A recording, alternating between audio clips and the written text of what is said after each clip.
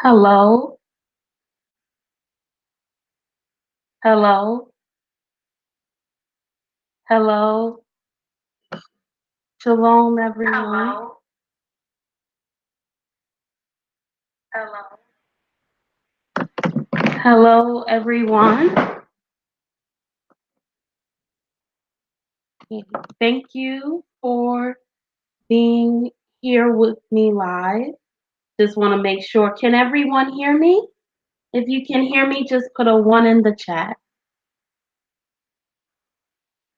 Shalom. Who do we have? Shalom, Shalom, Miss Tammy. Shalom, Ashara Yah, Bat Yah, missed you in Temple on Saturday. Shalom, Janelle, Mrs. Yah over money. Okay. Shalom, Mother Hazel. Shalom, my sister, Blessed Truth. Good texting with you today. Shalom, Kana, Grace. Shalom, I am Storm. Okay. Shalom, Taniqua Williams. Shalom, Janet. Shalom, Miss Jill. It was great seeing you in North Carolina. Shalom, Kahana Grace. Shalom, my cousin, my birth cousin, Daydream Alston. My blood cousin is on. She knows Chica from a little baby. Sorry about that pop up. Shalom, Miss Pat. Shalom, Akeda. Shalom, Afro Biker. Shalom, Shamara, Yabat Yehuda. Shalom, Ziggy. Shalom, everyone. Thank you so much for being on, and thank you for coming. This is just an online book launch to celebrate that. In addition to being available in print, Prophetic Whirlwind Uncovering the Black Biblical Destiny is available on Amazon Kindle. And to Yah's glory, it's the number one new release in Christian history, though it's not Christian history, but it's also doing very well in other Amazon Kindle categories. It's the number 6 new release in religion, the number 5 new release in biblical history, and the number 3 new release in African history. So all the glory goes to Yah. Without him, I would not have been able to do it. And I want to just thank everyone who's been sharing, who purchased the book, who gave it to friends. All glory goes to Yah. Shalom. Oh, Hannah. Shalom. Shalom, Amanda Yah, my Texas sister. So, I just, for tonight, for a short period of time, I'm just going to share some stories from my travels to Africa. I've been to Ghana 3 times. The last time I stayed for 2 months. I've been to Nigeria twice and to every Igbo state except one. I've been to Togo. I tried to get into Benin, but we were denied by customs, and I've been to Morocco. So I'm going to just share. I can't share from all the trips, or we will be here all night. But if you want to see photos and videos from all the trips, you can go to Prophetic Whirlwind on Facebook and click on photo albums, and you'll be able to see all the photos from the trip. It's hundreds of photos, maybe thousands by now. If you want to see videos from Hebrews in Africa that I interviewed, you can go on this YouTube channel to playlists, and you can find a playlist called Visits to Hebrews in Africa. So so you can do more research and learn more about my trips. Oh, shalom, Kurt, and shalom, sister Miriam from Bethel. We have Bethel, the house of Yahweh, on the line. Shalom, Black Av. So thank you for everyone who is on. I am just going to now um, just go to the next slide. As you may know, but for those who are new, the purpose of Prophetic Whirlwind is to uncover the Black biblical destiny through interactive workshops, lectures, articles, devotionals, social media, and Bible studies.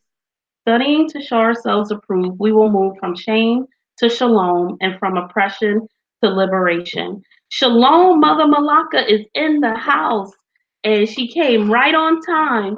You know, Mother Malaka prayed me through almost every trip I took. The first trip, I don't think I knew her, but the rest of them, I mean, every day praying, calling on WhatsApp apps. So I thank Mother for all of her prayers. So now, Mother Malaka came right on time. So now, what we're going to do is just open up with the scripture. So, part of tonight, I'm not going to share in depth, quote by quote, about the book because most of you on here have the book or will get the book. But I got some feedback that people wanted to hear more about my experience traveling as an African American woman to Africa. So I'm going to share some stories about travel and how y'all can meet you and change you through traveling, through getting out of your comfort zone. Because I was born and raised in New York City, in Brooklyn, New York. And then it'll be 9 years in September that I've been living. No. Actually, it'll be 12 years that I've been living uptown in Harlem. So I want to just share a little bit about the traveling and the experiences. I can't share from all the trips. So, to my African family, if your country didn't get covered as much as another country, please don't kill me. I love you all. So, the scripture that I want to share is from First Chronicles 29:15. And it says, "For we are strangers before you and sojourners, as all our fathers were. Our days on earth are like a shadow, and there is no abiding." So we know that we are actually sojourners. Like this country is not our home. Most of the places our people have been scattered to is not our home. So we are just sojourning. We know that ultimately we have a home made and built by Yah. And so being a sojourner, you don't get tied to one state, one city, one country, but you go wherever the Most High takes you. And so, with that, I'm going to just bring up Mother Malaka on speakerphone so that Mother can open us up in prayer. And Mother Malaka, let me know if you're ready to pray. I'm about to call you on your right now.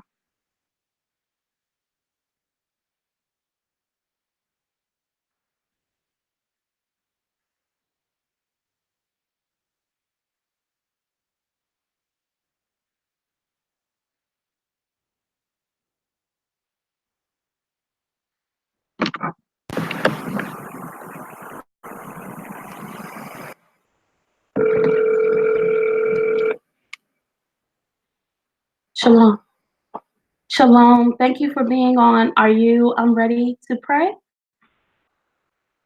Okay, thank you so much. So everyone prepare your hearts for prayer. Hallelujah. Hallelujah. Hallelujah. All praises to you, Father. You alone are worthy of the praise. You alone are worthy Yes. of the honor, Father. We thank you for being able to come together tonight, Father, on this modern technology, social media that allows us to touch each other, Father, but many of us are so far apart. We thank you, Father, for the opportunity to use this technology for your kingdom. Father, I thank you for Sister Only Love. I pray, Father, that as she speaks tonight, that she will say things, Father, that are edifying, encouraging, informative, Father, and even directional to your people. I pray, Father, that you would use Sister Only Love as a yielded vessel to speak through her, Father, those things that you would like for your children to hear tonight. Father, we decrease that you may increase in us. And Abba, we come not just because we want to know about the continent, Father, but also because we want to rediscover the pieces of ourselves, Father, that have been taken from us and lost in this captivity.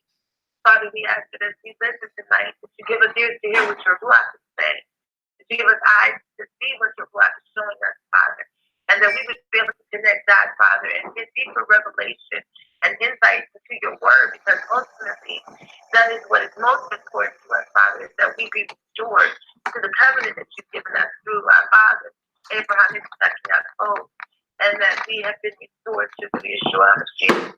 I thank you for this own love travel, and I ask, Father, that as you share tonight, Father, you be esteemed most high. we pray these things in the name of Yeshua HaMashiach. Hallelujah. Hallelujah. Thank you, Mother, so much for opening us up in prayer. So, shalom, everyone. We just always want to start the time with prayer because truly I could not have gotten through my travels without I could not have gotten through my travels without prayer. And so we definitely want to give all praises to y'all for even making it possible for me to visit the family in Africa and to even make it possible for me to finish the book. So all praises to y'all who keeps us safe while we travel. I praise y'all that I never was in a dangerous situation while I traveled, or if there was danger around, I did not know because it didn't impact me. And so I want to say welcome and shalom again. Thank you for everyone who's on. So tonight I'm just going to share some information about my travels to Africa to fellowship with the Hebrew family there, to be on the ground, partially, so I could get research for the book, but also so I could grow myself. I was born on August 17th, Marcus Garvey Day, so I've always wanted to go to Africa, especially Ghana and Nigeria, and y'all opened the door for that to happen. So again, I'm just going to share about that. I may share some excerpts from the book, and then we'll have time for Q&A from all of you to ask your questions about traveling. So with the book Prophetic Whirlwind, Uncovering the Black Biblical Destiny, the research for it started in about 2012. So it was about 6 years of research, and I profiled 15 tribes and ethno-linguistic groups from Africa that have Hebrew origins. So ethno-linguistic groups are groups like the Bantus that are made up of hundreds of tribes, but they're united around language and some common ethnic markers. Shalom, divinely awakened, and welcome. It also profiles the Hebrew history of African Americans, the connection of Kojic, the largest Black denomination, to a Messianic Hebrew ministry, the Hebrew pews on the oldest African American church in Savannah. So I'm bringing out some of that hidden history, and then how knowing the true identity of the Hebrews connects to the good news. Oh, I'm sorry. Can you hear me now, everyone? If you heard what I said, just put a 1 in the chat to help me out. Also, the book goes into how knowing the true identity of the Hebrews connects to the good news of redemption and policy and prophecy. Shalom, Sister Tony. Thank you, Sister Janelle. Thank you, Pat. The book was published by Voices Imprint, and it's actually an imprint of InterVarsity Press. It's a Black-owned imprint under the leadership of Reverend Leroy Barber. And ignore this, it wasn't released November 15th, 2018. It was actually released April 2019, to Yah's glory. So my first trip to the continent was a trip that I took to Ghana in November 2016. We actually left the day after Trump was elected, but we thank you everyone for the ones. But we didn't leave because of the election. Obviously, we planned the trip from May, ended up going in November. I want to say also that in August of 2015, I did go to Israel, to Tel Arad, to be with some of the African Hebrew Israelites and to visit, even parts of Palestine. I mention that because remember, until the Suez Canal was completed in 1869, Israel was connected physically to Africa. The Suez Canal was built for war and commerce.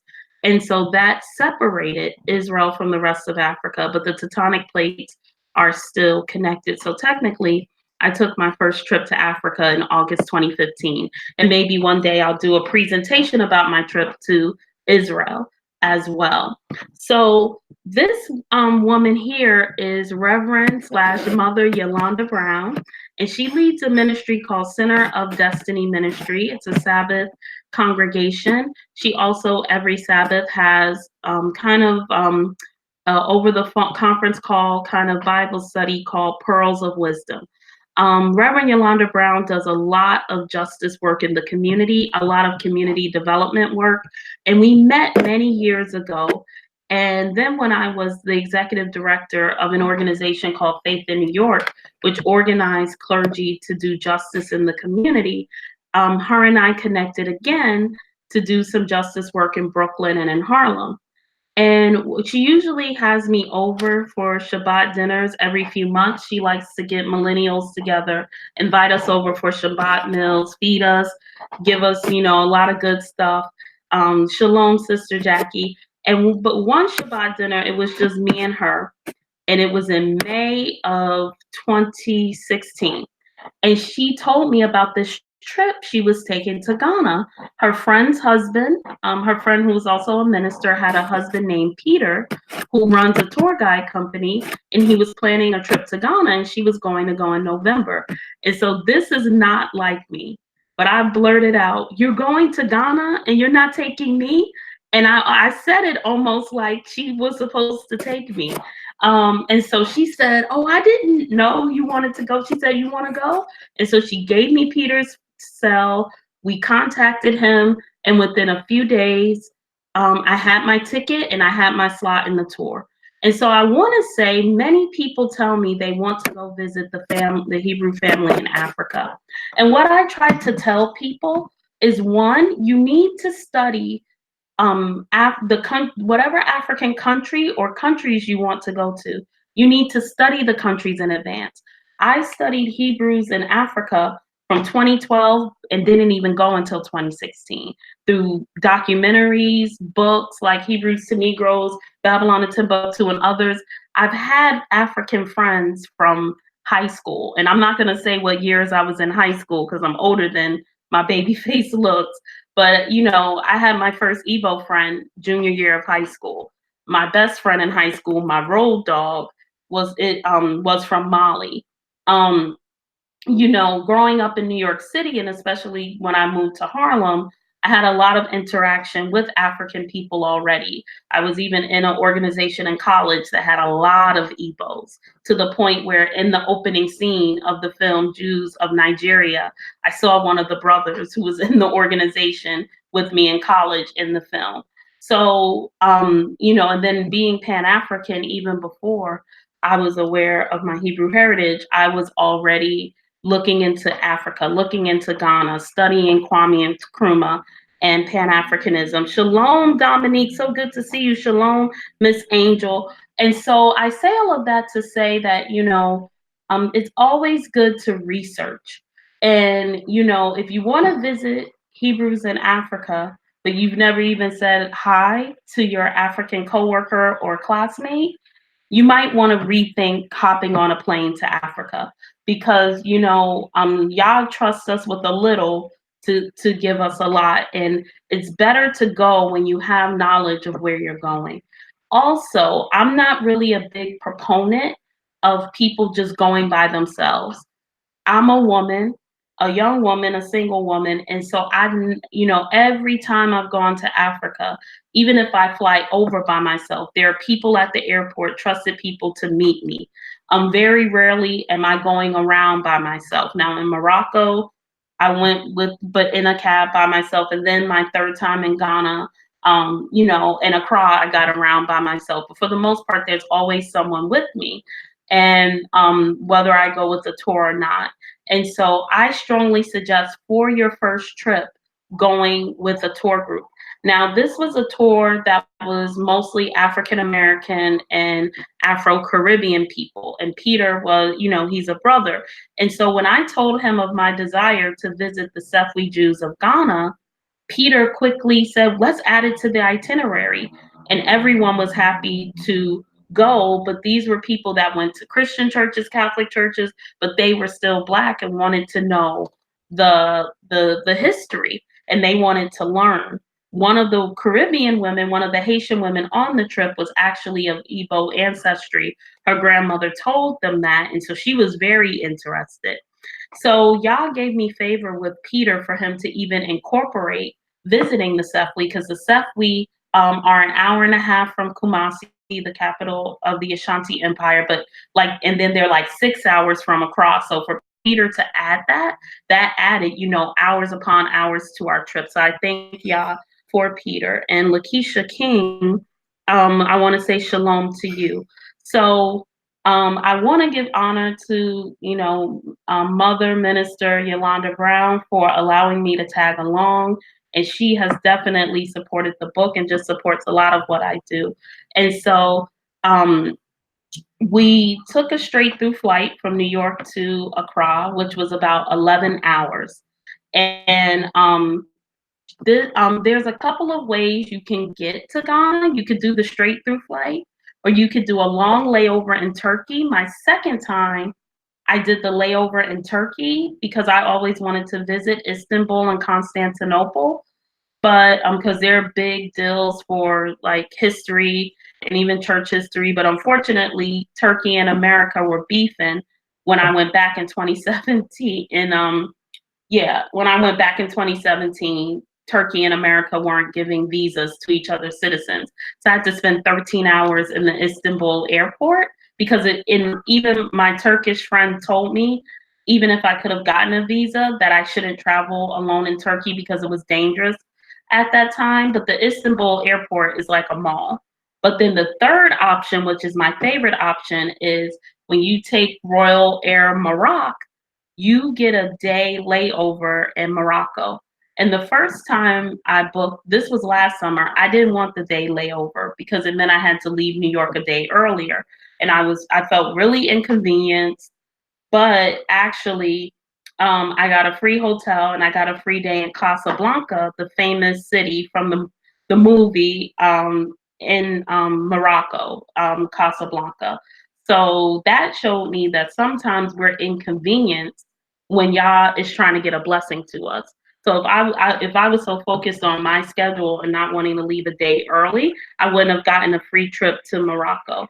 And so that was a big lesson that I learned, that sometimes Yah will upset your plans to get you where you have to go. But I share about the different ways you can go, because if you can have a day in Morocco, which is in North Africa, which had a lot of Hebrews, that's a cool place to go to as well. Or if Turkey becomes safe, you might want to see some of the sites there, but I would not suggest venturing out in Turkey right now. So that is us fresh off the flight in our hotel, and this is our hotel. Is I think it's called the Jazz Castle Hotel. And this is in Accra. Accra is the capital of Ghana, is the city. I call it like Manhattan, but everyone's black. The Hebrew tribe that is predominant and indigenous to Accra is the Ga Adami, and they are a mix of the tribe of Gad and the tribe of Dan together. So when they do Homowo, which is like a way that they keep the Passover, the whole city, has to respect them. You can't play music loud, you can't drum, and the people literally put lamb blood on their doorposts.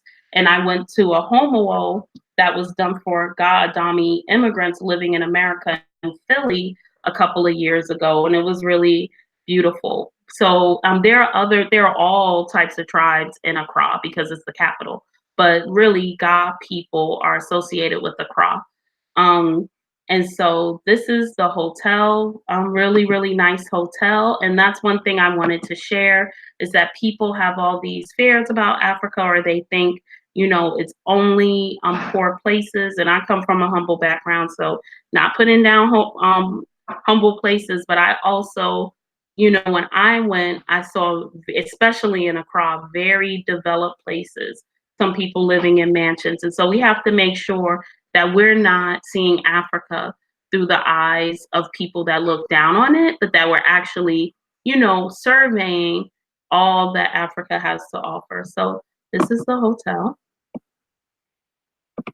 Thank you, Cousin Day, for reminding people. So if you go on a tour, if you go on a tour to Ghana that's done correctly, you will have a naming ceremony. So in Ghana, each person is given a name based on the day of the week they're born. The name that is the most special is the name that is given to people born on Saturday, because long before colonialism and Christianity, Saturday was a day of rest and worship in Ghana.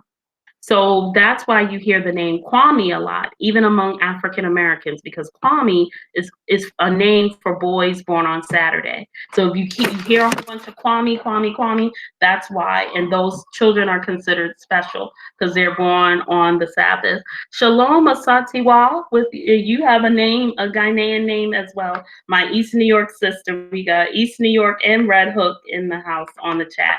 Those are neighborhoods in Brooklyn for the family that's not from New York. So you get a name, and each name, they have a boy name for the day of the week, they have a girl name for the day of the week. I'm a Tuesday born, so my name is Abina. And actually, if you look, Abina, depending on the spelling, can be found in Hebrew. Each day name has characteristics that they say people born on that day possess. So girls born on Tuesday, they say they have these personality traits. Boys born on Thursday have these personality traits. So Abina, the attribute is you're friendly, confident, and you persevere in spite of obstacles. So, those who know me personally, like Day and Mother Malaka, they know I've actually, through y'all's grace, persevered over a lot of obstacles in my life. So when I read it, I was like, oh, that's cool. And if you know other Ghanaians and you know their day name, usually it's very interesting. Oh, Miss Janelle, you're at Nabina too. I'm telling you, people's personalities match up with the stereotype about their day name. So this is my brother, Derek, who is from the Ewe people, which is a Hebrew tribe. Is really pronounced Ewe, and he was the Ghanaian tour guide. So Peter was from Brooklyn, and Peter's from Guyana, but lives in Brooklyn. And then we had an on-the-ground tour guide. And when we went to different regions, we had tour guides from those regions. But Derek was like Peter's right-hand arm, and Derek is like my brother now. We stayed in touch. And so this is them drumming in the hotel courtyard to give us our day name.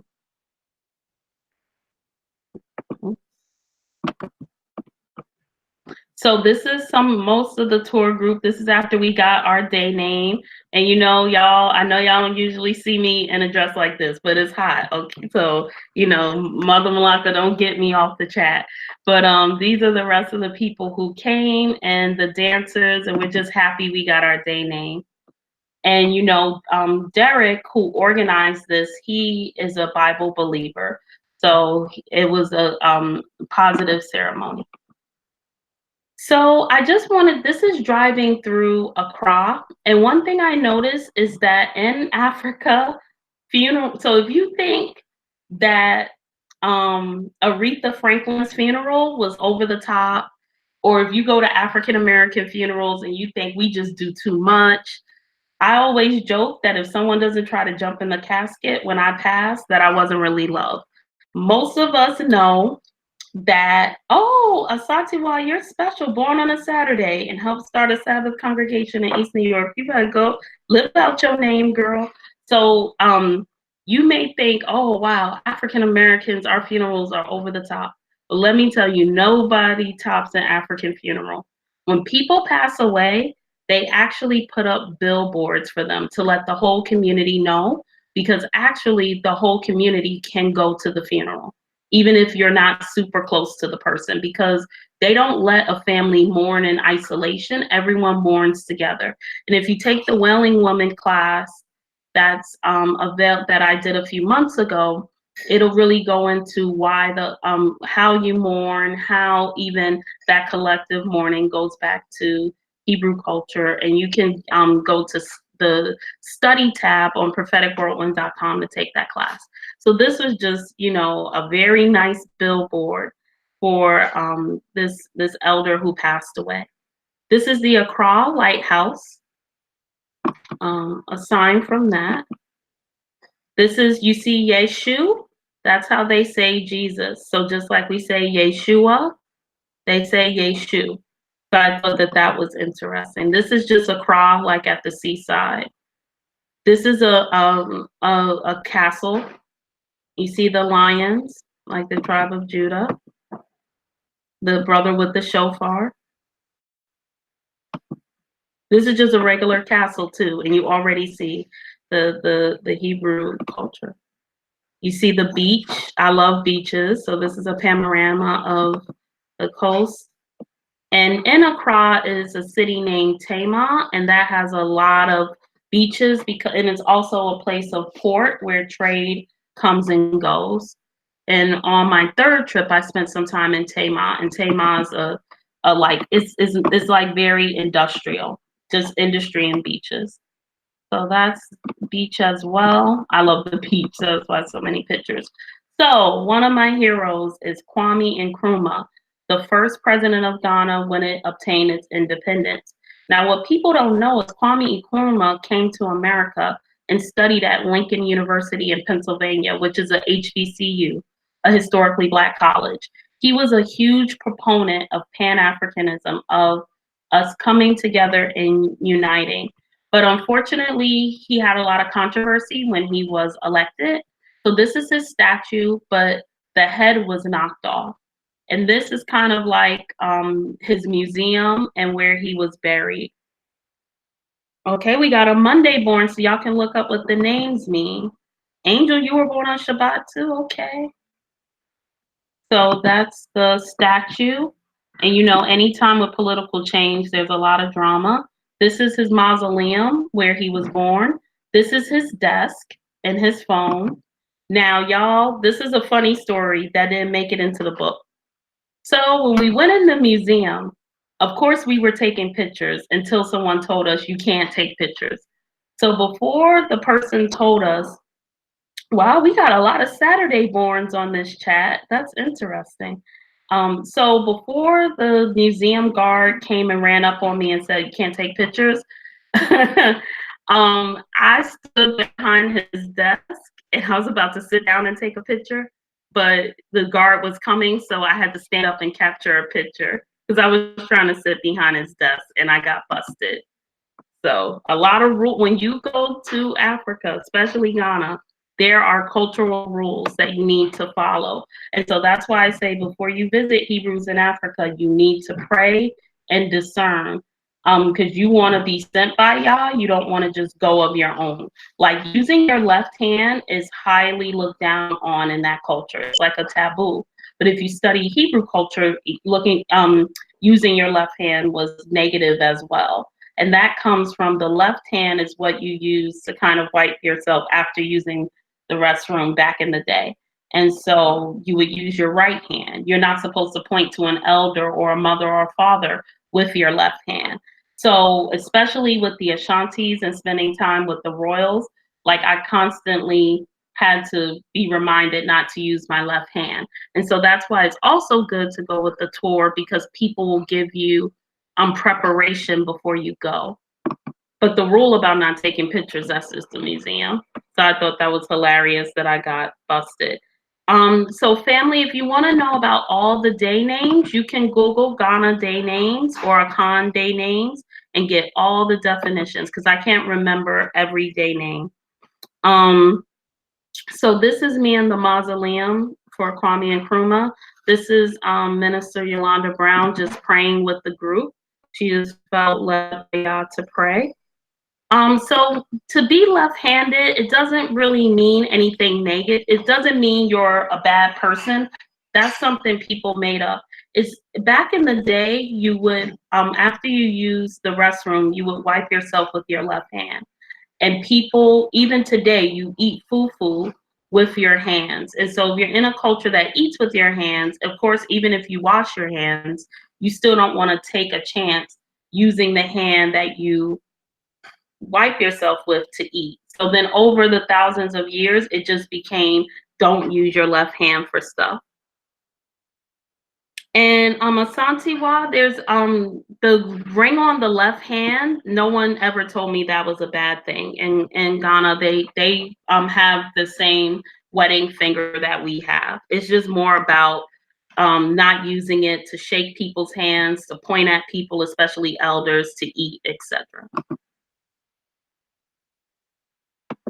Don't feel bad if you're left-handed, family. No, it's not disrespectful to the covenant because the whole left hand thing started out about sanitation and then it just morphed into more and more rules. So yeah, they don't see it as a disrespect. So this is the full statue of Kwame Nkrumah. This is the plaque on his grave. And so this is funny. Back at our hotel in Accra, one of the sisters who worked at the hotel, her name is Rich Love. And so we bonded because my name is Only Love. We're like Only Love and Rich Love. And when I went back to that hotel last year, she was still working there and remembered me. Oh wow, that's a custom in Saudi Arabia too. Yeah, it was a custom in the ancient Near East. And so y'all don't beat up people that are left-handed. They're not bad people. It's just if they go to Ghana, they're gonna have to try to use the right hand more. But that was funny, Rich Love, because a lot of times when I meet Africans, they understand my name because my name is a phrase. So I always feel like normal. So one thing about Ghana and even Nigeria is a lot of the businesses have they're named after Bible verses, Bible phrases like His grace, praise Him. And so this is Shalom Ventures, and it's basically a bag and household appliances store. But most of the cars will have scriptures on them, something about the Most High. And I really like that because it's like the scriptures are very entrenched in the society. So I thought that was cool. So that's the whole group pointing like Kwame Nkrumah. And then this is, so y'all know that if you know me, you know I love the African traditional attire. And it was actually on this trip when sisters started sending me orders for African outfits to bring them home. And then I wanted outfits made for myself that Peter, the tour guide, looked at me because he also has his own modeling agency where he gets men and women models, for that are of black ancestry, because he wants to promote, our beauty. He's an entrepreneur, and he was like, if people are asking you to bring them back African clothes, he said that, and you love it so much, because every time we would go to the market areas, Peter would be like, "Oh, Only Love's going to shop." So he was like, if you like this and people are coming to you about this, you should start a business. And so that's actually how Chica's Closet got started, with this sister who is a dancer and acted in Nollywood, and she's a model, Gina. She was the first model for Chica's Closet. And I thank y'all that Peter, told me about that, because no one really ever told me before I could have a business. And so we went to a tailor, and with African tailors, you don't just pick up small, medium, large off of a rack. They tailor the outfit to fit you, which is good because a lot of our sisters, like, we have small waists, big hips, or, our bodies are different. So every woman gets to have an outfit that fits her well, but you go through a book or posters like this, you pick what you want, and those tailors can make it just from the picture. So we thought it was funny that said My Only Love. That's me getting my clothing fix. Y'all know how I do if you know me. This is in Togo. So we did, in the middle of our trip to Ghana, we went to Togo, which is very close. We tried to go to Benin, but we didn't get our visas for Benin in advance. In America, we got the Ghana visas in America, but we thought we could get Benin and Togo on the ground. We got Togo on the ground, but we didn't get Benin, and customs like had us sitting at the border all day. Then people said, y'all could just cross over the border and sneak. And I was like, no, because Benin, that is the place where they say the kingdom of Judah is. That's where a lot of the tribe of Gad is also. And that is where Voodoo was founded. So Benin ain't no place to play with, okay? So if you ain't supposed to be there, I ain't sneaking into Benin. So we did get into Togo. So Togo and Benin have a lot of the Ewe people. And Ewe is the original way you say Hebrew. Hebrew is a translation from the Latin to English of the word Ewe. So a lot of Ewe people live in Togo and Benin. Very beautiful people. This is sorry. This sister is a tailor, and she had ready-made dresses that I bought. So I bought this dress, and she was just nice, and she had really good stuff. This is the courtyard of our hotel in Togo. So I want to just show like the beauty. And Peter tried to make sure that we stayed at excuse me, Peter tried to make sure we stayed at Black-owned hotels, which I really appreciated. Because the thing is, in Ghana, sometimes the hotels are owned by Chinese people, Lebanese people. Sometimes you can go to their equivalent of Walmart and you think it's Black-owned because everyone working there is Black, and it's actually Lebanese-owned. Or you go to the mall, everyone working there is Black, but it may be owned by a non-Black person. VIP, which is like Greyhound for Ghana, is actually Chinese owned, even though all Black people work there. And when you take VIP, VIP owns the rest stops. So only VIP buses can use the rest stops, and they own the restaurants, and they own the bathrooms, which you have to pay to use. So we all hear the reports of neo-colonialism in Africa. And so it's really important when we go that as much as possible, we try to support the Black businesses.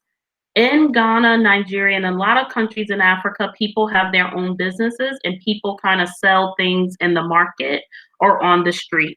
And many times, if you can buy something from someone like this sister, even if they're walking down the street while you're driving and they're selling like phone chargers or gum or tissue, buy it from them instead of buying it from a store. One is cheaper, but two, it's going directly to a small business owner. Yes, I'm trying to get to East Africa. For many years, I lived with two sisters from Tanzania, and they love when I go to Africa. Y'all willing, I'm gonna go to much more places, Natalie, and y'all bless you as well. So this is I'm driving through Togo, very beautiful. Um, and now we go to Volta region. Volta region is really like the center of where Ewe people are from. The Ewe people have a boatload of Hebrew customs. Their name as a tribe means Hebrew, but German colonialists changed it from Ewe because they couldn't pronounce it to Ewe, Ewe. And so, but if you meet an old school Ewe, and you don't say Ewe, but you say Ewe, they will know what it means, and they know that they're children of Israel. So this is our hotel. This is like my favorite hotel in the Volta region. And the Volta is famous for its river. So, and this is me outside my hotel room flexing. This is a local country club. We had to go to use the ATM, and then we were taking pictures. We didn't stay there. This is Derek, David, who's also Eve, Gina, they were helping out. And then because David is one of his parents is from Togo, one's from Ghana, he knew English and French because in Togo they speak French. So he helped us with those parts. This is just the fresh fruits. This is the scenery, beautiful. This is the Volta River and the bridge we walked over. And so I was nervous about being so high up, but I love being in the Volta River. This is me on the bridge. Some people were zooming down the bridge, but this is high up and I'm afraid of heights. So I was like, let me take my time. Yes, I have a very good time. When I go, I'm definitely much less stressed and happy. This is us on a little boat going down the Volta River. This is us, just chilling on the boat. And so we went from Volta region, which is a center with many, many Hebrew people, yep, I'm holding that rail, Titra. Shalom, Sister Titra. I'm happy to see you. I'm happy to see you, Hannah. Yeah, I was holding that rail. Look, y'all, I'm trying to come back home because my cousin Day, the rest of the family, if I don't come back home, they gonna go to Africa and start some trouble. So when you go, be safe. So then we went to visit my friends, my family, now their family, the Sefwi Jews or the Sefwi Hebrews of Ghana. And this is their temple. This is where they worship. Yeah, so Black Ave, people still have to speak the colonial languages because if you don't know how to speak English or French, like it's going to be hard for you to go to university and to get certain jobs. So, many times we don't think the curses of Deuteronomy 28 hit the continent, and they definitely did. when we were in Togo, there were a lot of bleaching posters all down the highway. I just didn't want to put those pictures up. A lot of bleaching product posters, all huge billboards, all up and down the highway. And so you see how they're even targeting our sisters over there. So this is their temple. This is Mr. Kofi. If you've seen the viral video of a man from Ghana telling us the Torah is a black book and we need to return, this is the famous Mr. Kofi. When I went back this summer, I told him, I said, you are famous now. Yeah, it is sad, Angel. This is my tali, my prayer shawl that I got from the Sefwi that I love to wear. This is the mother of the Sefwi congregation. And the first time I visited with the tour group, they didn't know what I did for a living as far as being a faith-based community organizer and even working around gender justice. They didn't know that. They just knew about the book and that I was visiting them. And this mother, and there were other older women on the trip, but this mother told brother Richard right here, she said something to him in Twi, even though the Sefwi speak their own version of Twi, they speak Twi. She said to Richard, that girl needs to come back and teach us about women's empowerment. And Richard translated and told me. And so I made it my point to get back. And this summer I taught the women about Torah and women. And then we had a closed door women's meeting about what they wanted to see in the temple. So I thank this mother, and I thank everyone who supported Operation Joseph, because it was the Sefwi Hebrews, their elder, Mr. Joseph. His name literally in Sefwi means Joseph people. He was the one that said, we need African Americans. And that's one thing that I realized when I went to Africa, is that you're taught that no one cared about you in Africa. No one came and got us. But when I visited the Hebrews, they were like, finally, you people came. So a lot of white Jews visit the Sefwi, but Mr. Joseph said, we need African Americans and we need you all to help record our culture, because when this generation of elders die, our culture will die. So over and over, I kept hearing people say almost like, where have y'all been? And I was welcomed back like a sister, no shade. And that was one thing that Yah taught me, is that we're not orphans. Like, one, because we belong to him, but two, there are people that never forgot us. This is Mr. Kofi. This is my close brother, Richard, who was the secretary for the community. And Mr. Kofi, no, Mr. Kofi's the leading teacher, but he's not the president. But Richard's a nurse. He was a part of the nurses strike that happened when I went to Ghana. And he does a lot for the community.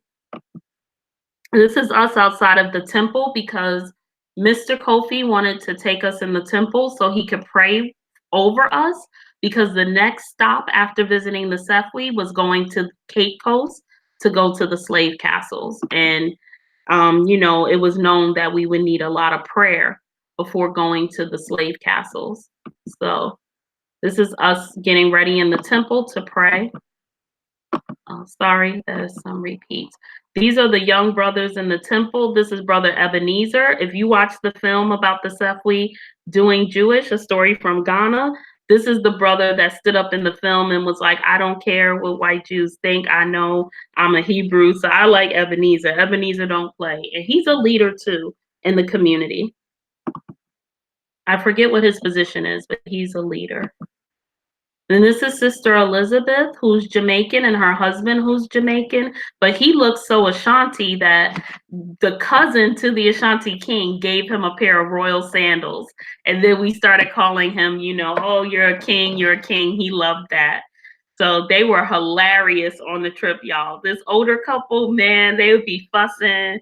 Then Sister Elizabeth began her drink on, unfortunately. They were just hilarious. I would travel with them again, but they're good people. And they were actually going to a Catholic church, and they were like very excited to meet the Sefwi Jews. And this is Brother Richard. This is a Sefwi brother. So one thing about the Sefwi, the Hebrews in Africa are returning just like us. You can't think that you go to Ghana, you go to Nigeria, everyone knows they're Hebrew just because they're from a certain tribe.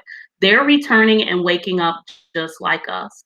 So the Sefwi had they practiced Torah for many hundreds of years, and they went through colonialism, lost people to slavery, and then were forced to be Christians. And then in the 70s, one of their leaders, Mr. Aaron, was praying on a mountain, and Yah told him, "You all are Hebrews, and you need to return."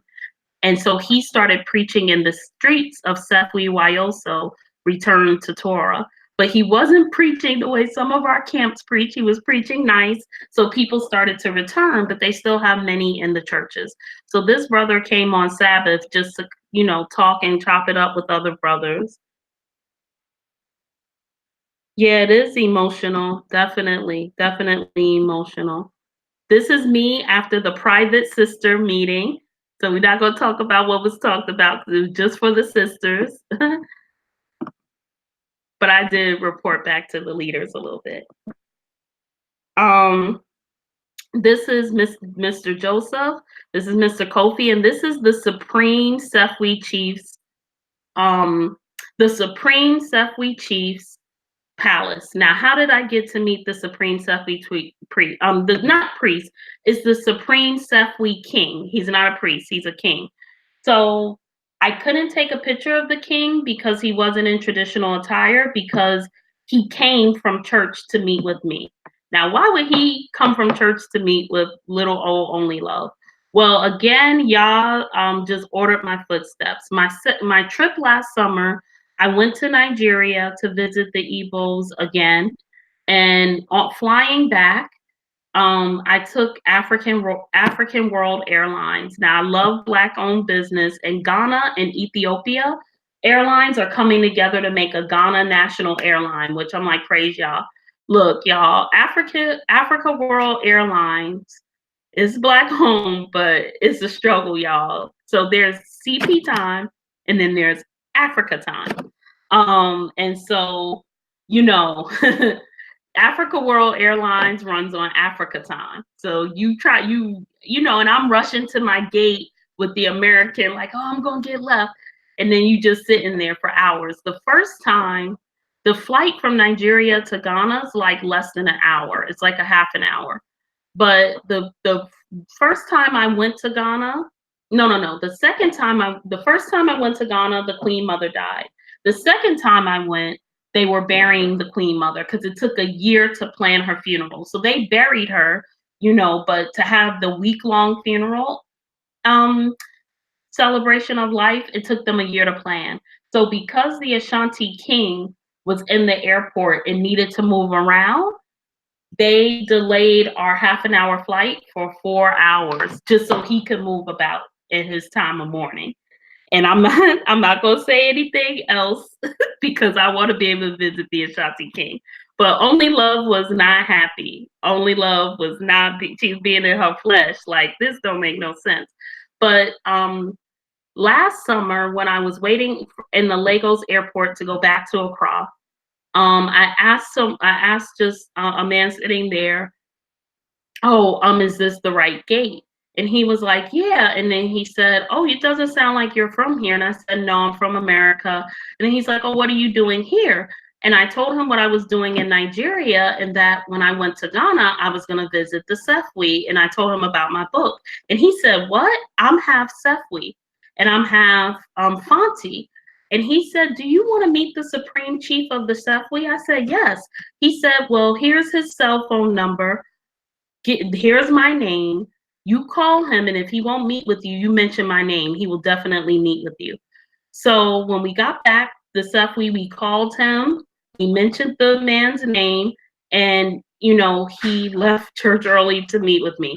When I realized who the man in the airport was, he's like one of the biggest developers in Ghana. And the Sefwi chief was actually a businessman in the UK, where that other man studied for college before becoming the chief. So that was just y'all orchestrating all of that. And I got to meet the chief and ask him questions about their culture. He's a newly installed chief. So he's a newly installed chief. So he was recently put on the stool. And he was like, wow, you know a lot about our people. Now the old chiefs know a lot about the Sefwi. So after we left the Sefwi my first time, we went to the slave castles at Cape Coast. And you know, the slave castles are the last places people went before being shipped to the all over the Americas. And this talks about the role of religion in the slave castles. And we'll get to that in a minute. These are actual slave chains, which was very emotional to see, like these chains were used. It talks about the Portuguese role, which if you follow Benaiah Israel, Hidden Hebrews, you know the role of the Portuguese. These are people, many times the women would be raped in the slave castles.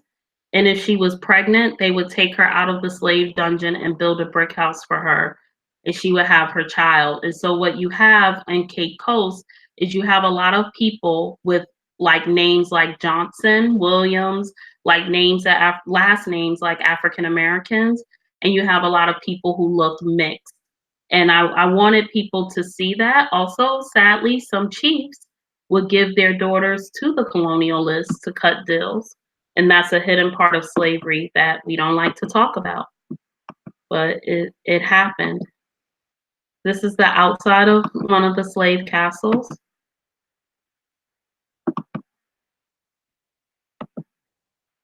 This is the plaque that they put up. It says, "An everlasting memory of the anguish of our ancestors. May those who died rest in peace. May those who return find their roots. May humanity never again perpetuate such injustice against humanity. We the living vow to uphold this." This is one part of the slave castle.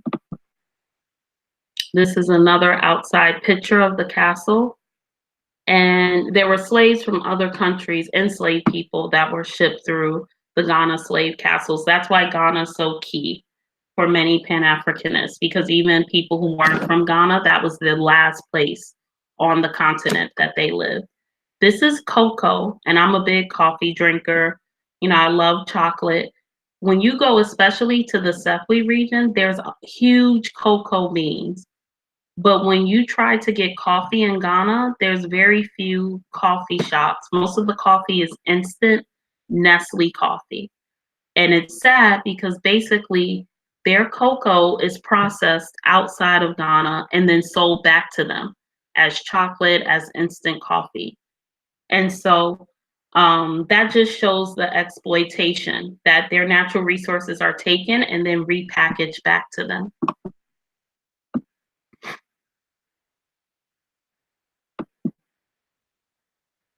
This is the door to one of the slave dungeons.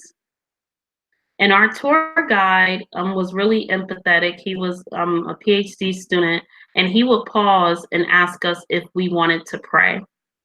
Also, they ask you, do you want an integrated tour, or do you want a mixed racially tour, or do you just want your tour to be Black? And so we opted to just have a Black tour, not because of hate, but because it's so emotional that sometimes when you have mixed tours in the slave castles, when you're in the dungeon and it's dark, some people, like African Americans, African Caribbeans, like would black out remembering slavery, and they would attack people of other races. So we elected to have a separate tour, you know, because it's a lot of trauma. Now, our tour guide told us, you know, the chapel was above the slave dungeon, and the white people would worship there. And so he said it was like heaven on top and hell on the bottom. And everybody knows you can't leave hell to go to heaven.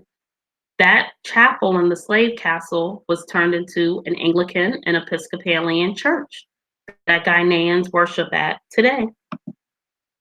The first Ghanaian to go to, I think, Oxford to get a seminary degree was the son of a slave woman who was raped in the slave castle. And so they began to have the biracial children like watch over them. So it's really sad. This is the steeple of the church, and this is the Atlantic Ocean.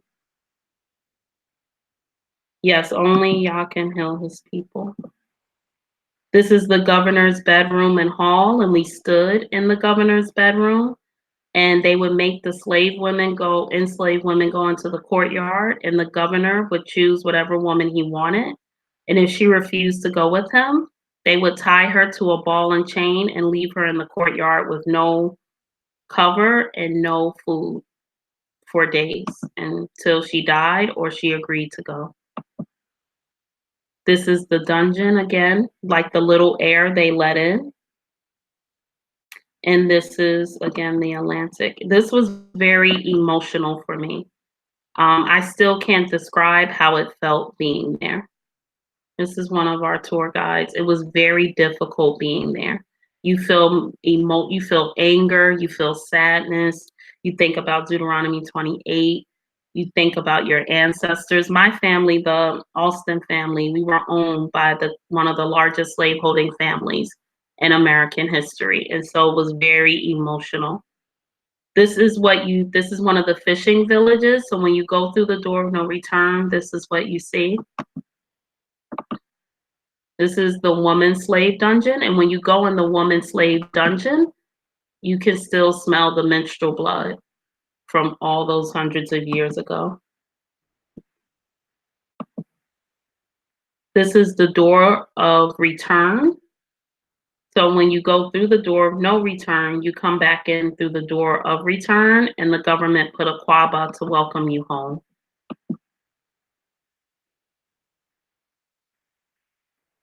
So that's very emotional. This is the inside of a slave dungeon, and people leave wreaths there to commemorate what our ancestors went through. This is the inside of the chapel. And on top of the chapel, they have Psalm 132, a verse from Psalm 132. And it's actually a verse about Zion. So they put up a verse about Zion in the chapel. And one thing about people who are mean, I don't know if you've ever known people that they won't outright say or do something, but they'll do something to let you know that they know so they can hurt you. So putting this scripture about Zion up in the chapel, it was almost like trolling the slaves. And they would worship there while the people were in the chapel. While the slaves, this was right over a slave dungeon. So they would be singing songs, quoting scriptures, and then the slaves would even hear them in the dungeon. And then this is a scripture that I use a lot. It's from Marcus Garvey. No one knows when the hour of Africa's redemption comes. It is the wind. It is coming. One day, like a storm, it will be here. When that day comes, all Africa will stand together. And I believe, that Israel being connected to Africa is also a part of that. And so before I go to, the other parts of the trip, I just want to pause because this is very hard to talk about. It's very hard to experience standing in the dungeon, looking over the Atlantic and thinking about your family, I was very angry in the chapel. I was very angry. Um, even looking at the church and seeing our people still go to that church that was birthed from that chapel. And so when you visit the slave castles, you should not plan to do anything else that day. Minister Yolanda Brown prayed for us. Like, she would stop and pray with us as well. So you need to go with people who are spiritual people who know how to pray. You need to just rest. If you have an appetite, which most of the time you won't have an appetite, eat and lay down. It's not the day that you're going to want to go to the market and buy souvenirs. You're not going to, you're not going to want to go to, music concert. It's really like a day of mourning. And so when you go with the tour, you don't have to experience that alone. And if you have a good tour guide, they will put the visit to the slave castle not on your first day in Ghana. There's a lot of African Americans that live in Cape Coast. There's a Messianic Hebrew rabbi from New York City that's been in Cape Coast 30 years, and he got dual citizenship, and he's a part of a lot of the Year of Return events. People don't know that it was a Hebrew rabbi coaching the president of Ghana when he came here and announced the year of return, like literally like telling him what to say along with other people. So that rabbi has like a Daniel position, but it's a lot of African Americans in Cape Coast. Cape Coast is beautiful. I wouldn't want to live there. But one thing, you see tours where they take you right to Cape Coast, and that's the only place they take you. And there's other things in Cape Coast, but the big attraction is the slave castles. I would not suggest going to Cape Coast like your first day or your second day in Ghana. I'm happy that Peter kind of put it in the middle of the trip. So you had other things before and after, and you could also mentally prepare before you just boom, you're in the slave castle. That's why it's good your first trip to go with a tour. So after that, I think because Peter, has wisdom, we actually went to Kakun National Park, which was something light and fun to do. Um, and at the park, they actually have these ropes that you walk on that are like, I don't know, thousands of feet above the ground. Like you're almost in the air. We're walking on these rope bridges, and you look down and you can see all the way down. It is so scary, but I did it. You have to walk up the mountain to get to the rope. So you see, it's no glam, no Chica's closet. I had to be, dressed down. This is one of our tour guides. It's beautiful, but it's so scary. But then it's fun at the end of it as well. So I was happy that, we had a day to have fun, to decompress. And that's why I say you have to know who you're going with. If you do go on a tour, research the tour. And the 2019, many people are just throwing tours together and they don't have any spiritual insight. They're not going to take you to see no Hebrews. And that's the thing. You can go on a tour to countries that have millions of Hebrews, but you may never go to an awakened Hebrew community. So I didn't just want to visit people from Hebrew tribes. I wanted to visit people from Hebrew tribes that were keeping Torah and who knew who they were and were doing something about it. There are many Africans from Hebrew tribes that know their tribe came from Israel, and they still don't do anything about it. And so don't let anyone over exaggerate the amount of people that are awakened. Now, many people know, but they know like an ethnic group. But that doesn't mean they're keeping Torah. They might still be Catholic. They may be an atheist. Most Ashantis know they came from Israel. And a lot of Ashantis are Catholic. And a lot of the men, don't have any faith. They're kind of more like agnostic. So you have to use wisdom. If you want to see awakened Hebrew communities, then you have to connect with leaders. And also, when I first went to see the Igbo, I didn't invite myself. I was actually invited by Elder Cletus Okoro, and I thank y'all for him. So and even when I saw the Sefwi, y'all made it so a Jewish coworker whose mother works with the Sefwi invited me. So y'all was ordering my steps. So you have to really research before you go, or you could be disappointed. So this is the Kumasi market. Kumasi is the capital of the Ashanti Kingdom. This market is so huge. And I was the queen of the markets on the tour. And this market broke me. I was just like, I can't. I said, it's too much jewelry, it's too many clothes, it's too much shea butter. I'm overstimulated and I'm an introvert. This is like Ghana Times Square. That's all I could describe it as. And so the first time I went to Ghana, as I said, the Queen Mother died. She was over 100 years old, the Ashanti Queen Mother. If you take in different lessons with me, Queen Mothers are in scripture. It's called Gabara in Hebrew. It's in Kings, it's in Daniel. When Bathsheba comes to Solomon, Solomon asks his men to get a seat for her and sit it at his right hand. So Queen Mother is a part of Hebrew culture. When she died, the world stopped, and we came to the palace the first day that the king made a public appearance since she died. And you become a king in the Ashanti through your mother. Not so the king's son will never be king, but his his nephew, born to one of his sisters, could be king. So this is her. And they like, oh, shalom, LaDonna, good to see you. Shalom, Ace, shalom, Holly, shalom, everyone who's on. So the world, when this woman died, the world stopped. Um, this is the palace. I was blessed to spend a lot of time in the palace. Now, again, rules. I was breaking a lot of them and I didn't know. I was so excited to be in the palace and be with Black royals that when the king came out, I was trying to take pictures. And I didn't even fully know he was mourning. So then these big soldiers were like, you can't take a picture because you can't have a picture floating out there of the Ashanti king crying.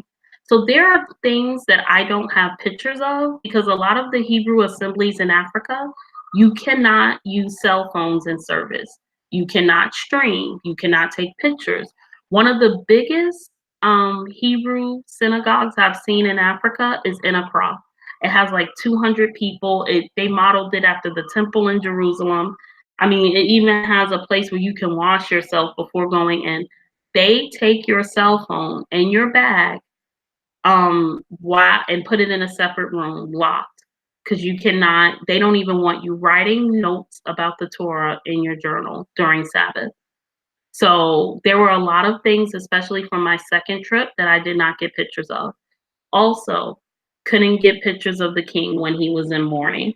So that was funny. Then when the queen mothers were all lined up to go in the queen's sector of the palace, I tried to get in line and go with them. I had on American clothes. I got pulled out of the line. And then I hung out with the son of a queen mother and found out all the stuff that he does. He drives her like 4 hours every week to visit the king because you do all of that because if your mother becomes a queen mother, you could become a king. So I said, if you ascend to the throne, don't forget me. So that was funny, but I was breaking a lot of rules, y'all. So don't break rules. I didn't know. This is when so a year later when I returned, I went to her funeral. Everyone had to wear black, so I wore black. The all the different royals from all the Ashanti royals from around the world came. So like people came from London, from America, and you had to bring drinks for the family. You had to bring money. And they would announce in front of everyone on a loudspeaker your name and how much money you gave. So, and there were even dignitaries that were not African that were coming to pay homage to her. There were corporations paying homage. They were giving out free drinks in the street. They were having concerts. And businesses that were in Kumasi had to be closed on the actual day of her funeral. And I know someone who tried to have his employees open his business and the employees almost got arrested. Like they sent out a letter to all the business owners. The first time that she died in our hotel, a man came up to us. He heard our accents and he said, "Where are y'all from?" And we told him. And he was actually in our hotel, which was near the palace. He was the cousin of the Ashanti king. And he came up to our group and started talking to us about slavery. He apologized for the Ashanti's role in slavery and he started to cry. And he said, "You people could be my cousins." And then he took off his royal sandals and gave it to the Jamaican elder that I said looked Ashanti. And that was such a powerful moment. And I told him about my book. He said I could quote him. That he was living in the UK and came back, and he works now with developmentally disabled Ghanaian youth. But that was so powerful when he apologized. We didn't even ask for an apology. And then he took off the royal sandals and gave it to this Jamaican elder.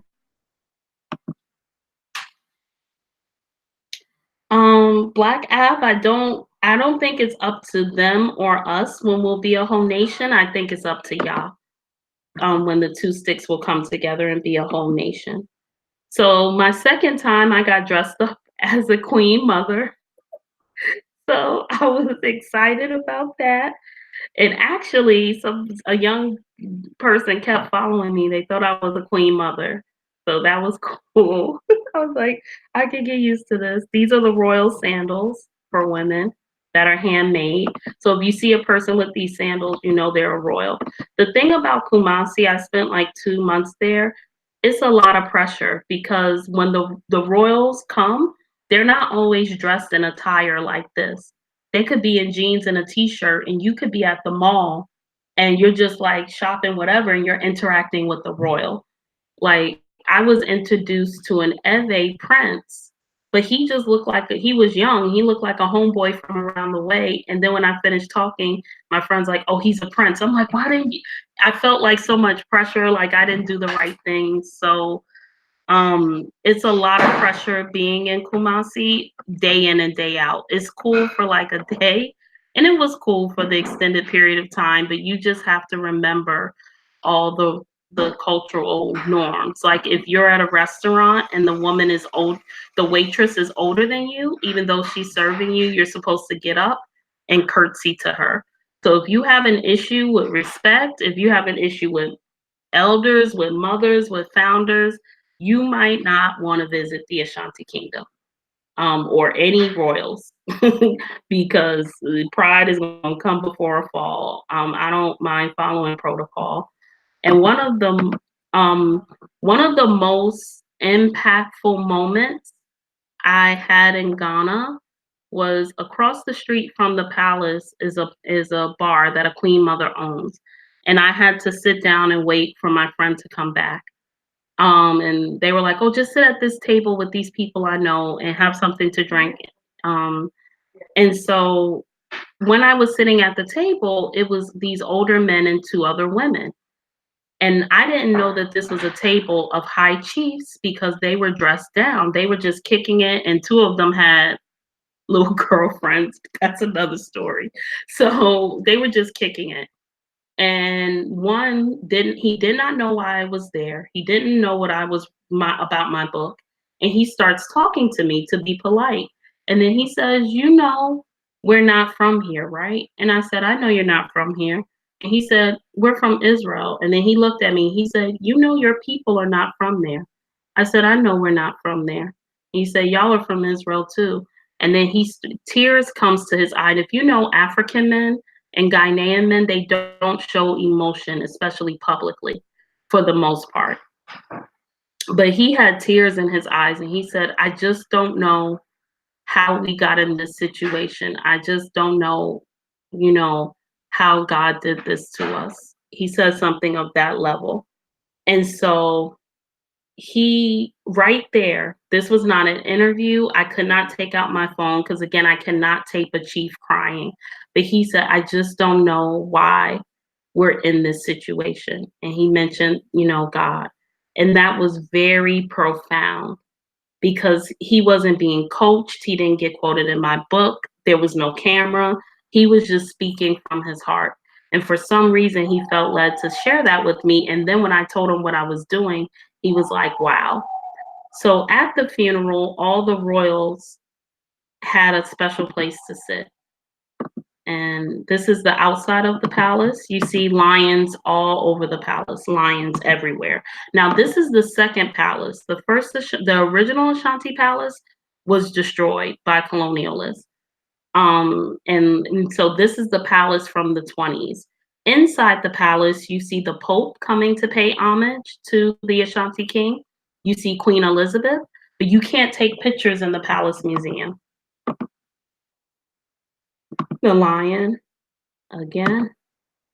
So, um, so we are at 9:22, and I'm gonna wrap up, and I just want to take some questions and answers. So I'm gonna kind of zoom through this next part. I thank you so much for being patient.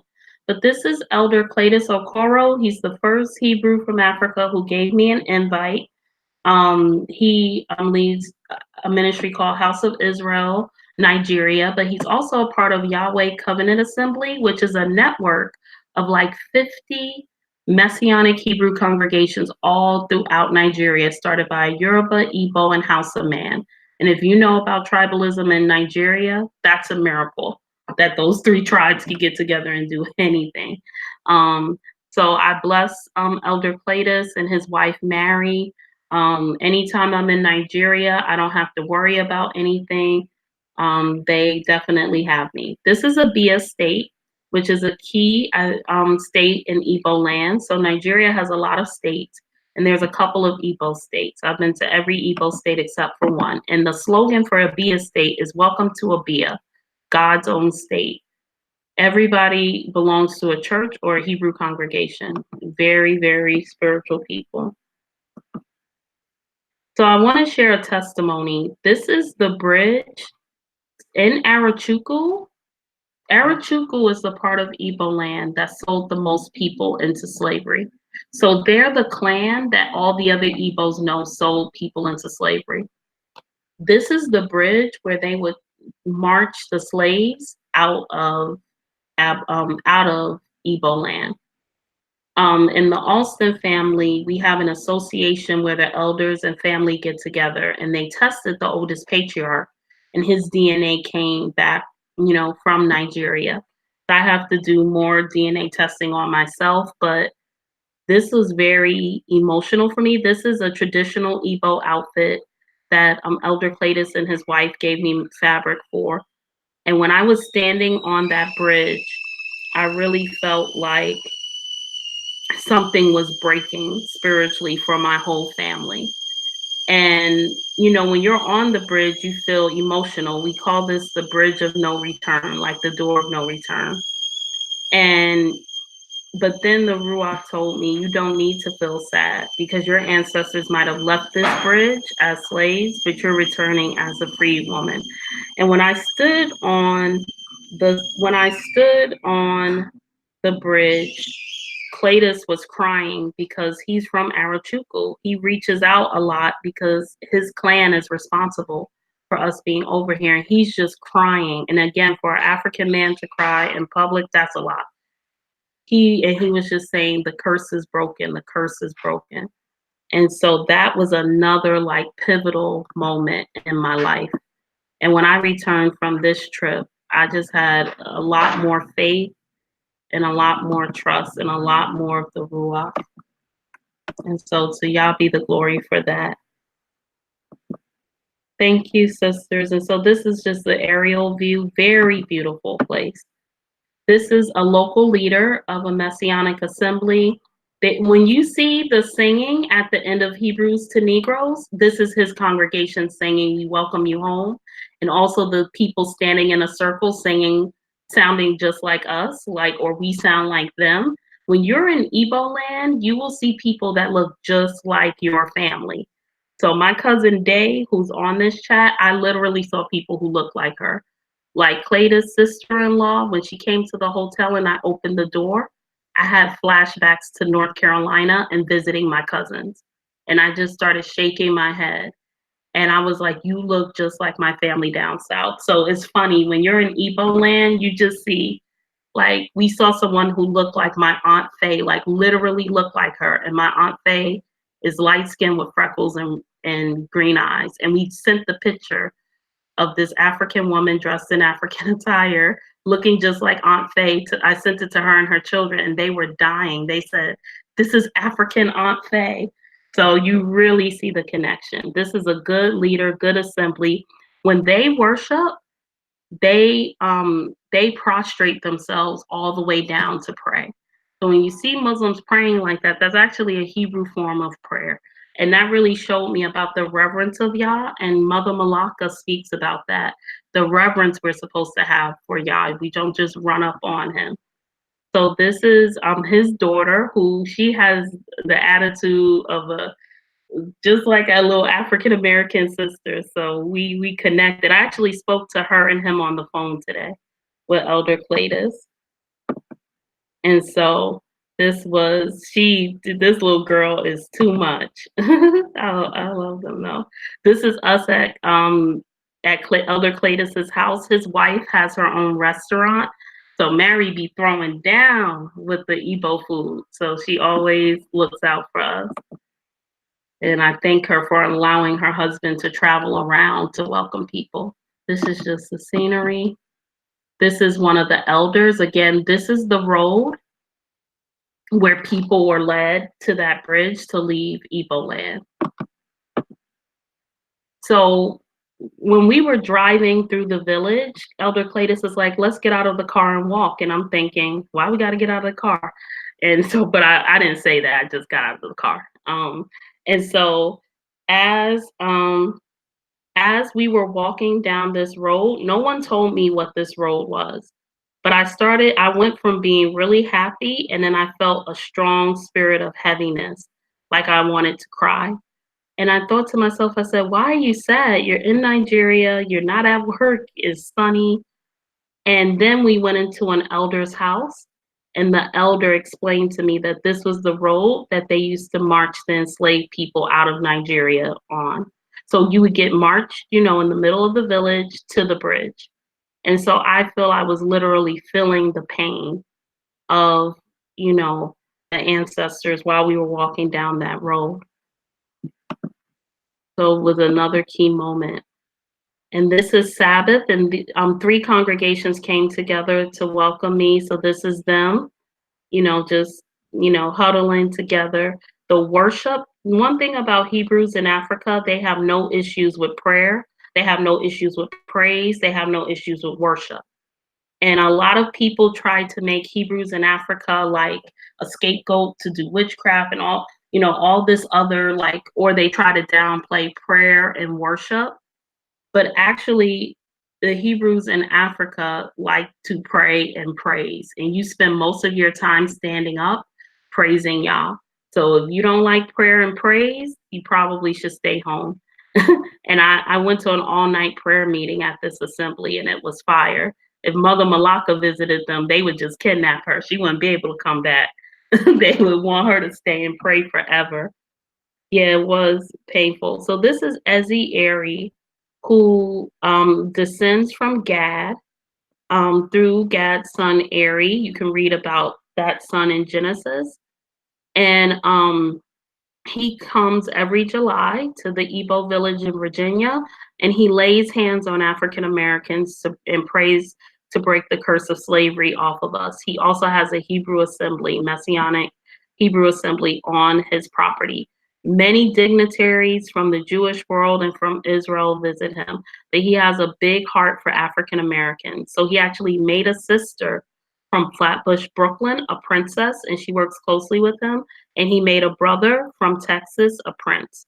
He has a true heart for us. He was actually an orphan living about 8 hours away in Lagos when they did the discernment, and he was to be the next Ezzy, which is like a king. He did not want this. He was like sitting in a pen, he did not want this at all, but Yah wanted it for him. And I think it's funny that he grew up an orphan and he has a heart for African Americans because in a way, like because of our experience being cut off, we can sometimes feel like orphans. And so it's interesting that Yah would have the crown go to an orphan. And we know that Yah, he's the one that chooses the orphan and the widow. So Divinely Awakened, I just got a flyer for the festival. And so if I'm able, I'll share it because I forgot the part of Virginia. But most African Americans from Virginia are Igbo. This is Rabbi Garvell, who welcomed me. His organization, the Organization of Igbo Hebrew Cultural Heritage, gave me a title, which I'm very honored to receive. These are other brothers. This is Ezzy Airy. We're standing in front of his throne room. So the first time I went, I wanted him to do the prayer over me, but I was too shy to ask. But the second time I went, I was asking, and he kept trying to give me the Igbo cola nut to eat and water and all these refreshments, and I wasn't eating. And he said, eat. He said, eat. I'm gonna pray for you, because I wasn't going to stop. I wasn't gonna eat or drink until I got my prayer. So this is us in the throne room. This is him holding the scriptures, and then he prayed for me, and they gave me the Bible, and they said, open it up and tell us what chapter you read. And it was like Zephaniah 6:10. And when he prayed like, he prayed filled with the Ruach. He didn't pray an intellectual prayer. Like he really cried out. And I share that because, again, we have a lot of assumptions even about Hebrew prayer and um, looking down on people who pray. It was actually Zechariah. I'm so sorry, y'all. We think that, praying with passion is something that is wrong. And so one thing, again, I'm like, this is a king and he's praying like with the ruach. So after he laid hands on me and prayed, worship broke out. Elder Cletus, Rabbi Garvell, the king's associates, everyone was raising their hands worshiping. And then the associate handed me the Bible. He said, open it up. What scripture do you get? And the scripture was Zechariah 10:6. And it read, I will strengthen Yehuda and save the tribes of Joseph. I will restore them because I have compassion on them. They will be as though I had not rejected them. For I am Yahuwah, their El, and I will answer them. So, y'all, that is the scripture that the Bible fell on. And so I just praise Yah because that was like a mind-blowing experience. And that is why I have so much respect for the intercessors, for the wailing, because we're not going to get it with just learning. Like that happened through prayer. And this is a king who humbles himself to pray.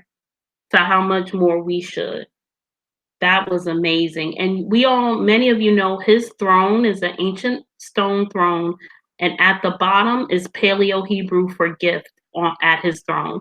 So many like scholars come and visit the throne. Many Israelis, many Jewish leaders come and visit. And that's the thing. A lot of European Jews actually go to keep the feast with African Hebrews. It's like the thing to do.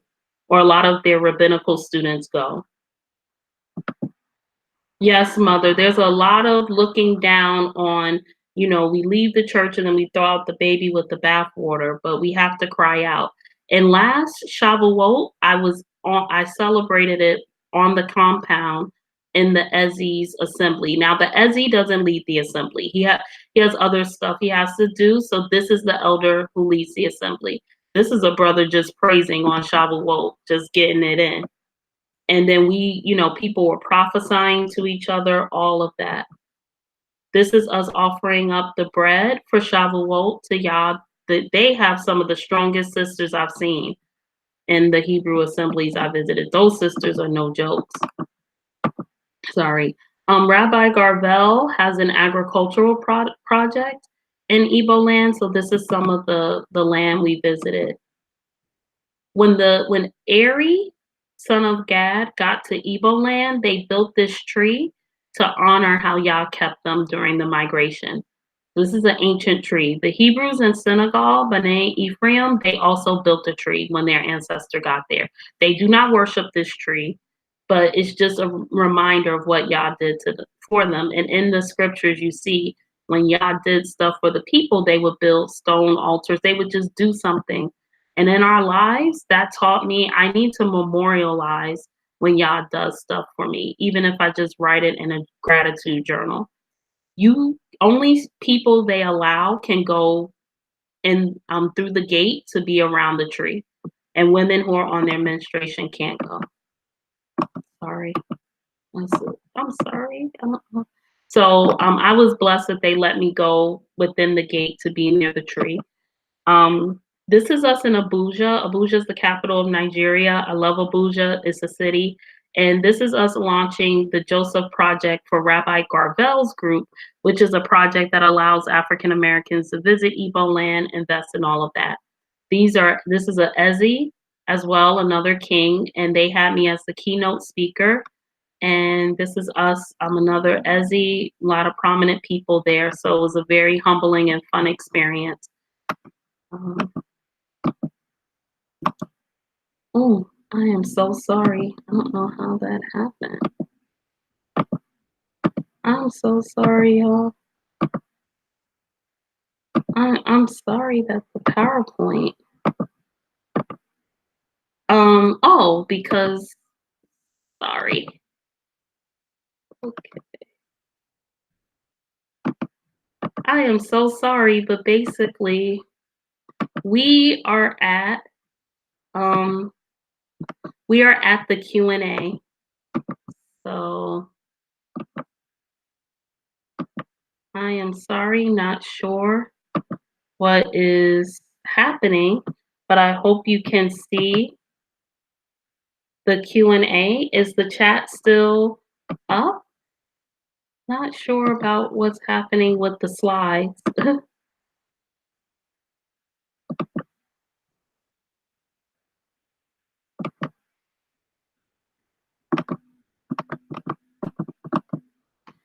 But this was just a little bit of my reflections on. We're having some issues with the slides, but we're basically at the Q&A.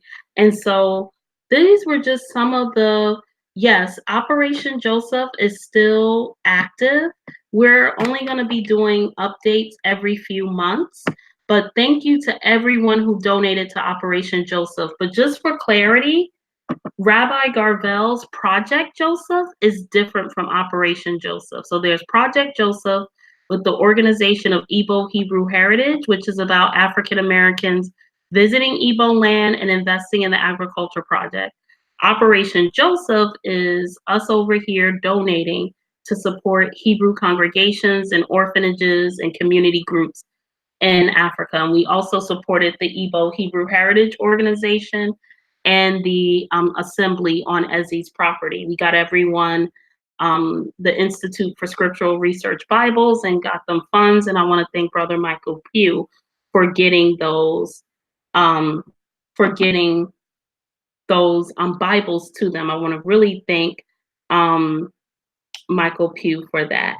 So family, I want to pause here and I thank you for bearing with me. We went over time. There's so much more I could share. I didn't get to share about Morocco, and I definitely didn't share all that I experienced in 3 trips to Ghana and 2 trips to Nigeria. But overall, I want to say that y'all really grew me in my faith. He grew me in prayer, and he grew me in learning how to depend on him no matter where I'm at. You know, my family's in New York and North Carolina, you know, and you're in a different culture. So he really, I think when I returned, like I was very more attentive to prayer and also just depending on Yah. And so, Sister Alasti, we will definitely pray for him. Thank you for catching that, Mother Malaka. And I want to share one story from my first trip to Nigeria. I actually was staying when I was in Anambra, which is where the Ezi lives. I guess the enemy was mad because we met with the Ezi, and we stayed in the hotel that was owned by this famous Nigerian R&B singer, but he's a old school R&B. And R&B in Nigeria, old school R&B is called high life. High life music is really cool music. But we stayed in his hotel, and you know, I had my own room. Elder Cletus, of course, had his own room. But after this incident happened, Elder Cletus said the Ruach woke him up at like 3 a.m. to pray for me. So one thing about Africa, or the parts of Africa I've been to, is the electricity can go out at any time. Like one time, my debit card got stuck in the ATM in Kumasi at the mall because while I was using the ATM, the electricity went out and then came back on with the generator. So even if you're living in a mansion, if you don't got that generator, you will be experiencing electrical outage. Um, and so um, when the electricity went out and I went in the restroom and I slipped on water, fell face first, and was in excruciating pain. And it was around the time Yah told Cletus to get up and pray for me because we discovered that the next morning. So all I did was get some cold cream and we made a sling. And because I had to go to one more Hebrew assembly in Imo State and minister twice, and then I had to go to Ghana to the Queen Mother's funeral, I sprained my wrist, but I didn't know it until a week later when I got home and I went to urgent care. because I said, oh, I have to go to work tomorrow and it's still hurting. I should go to the doctor. When I went to the doctor, they said, you sprained your wrist. And they put me in a sling and all this stuff. But because of the spirit and also adrenaline, I basically like drove hours and ministered 2 other times with a sprained wrist. So that is my wisdom. So, the mothers on the chat, don't get me. But that's just one of those things that, the power of prayer. And also, when you're taking these journeys, you're going to have challenges, but you still have to push through. And so even I kept going because I wanted to get to the destination, and that's something y'all taught me as well. So, thank you so much. We're going to lift up, we're going to pray for little Joseph as well. And so I wanted to pause here. If you have a question, you can call the number on the screen and ask it out loud, or you can live chat a question. We're going to take a few minutes for Q&A. I thank you so much for listening. I thank everyone who supported the book, and most of all, I thank all the African Hebrew people and families and congregations that welcome me. So the first question is from the chat from Holly Shotwell. Shalom, sis. The question was, how would you suggest someone find out what tribe they're from, which DNA company to go through? So you need to pray before you do DNA. Just know, they may do stuff with your genetic material, but in all honesty, if you go to the doctor, they have your genetic material. The best DNA company, I think, is African Ancestry. It's Black owned.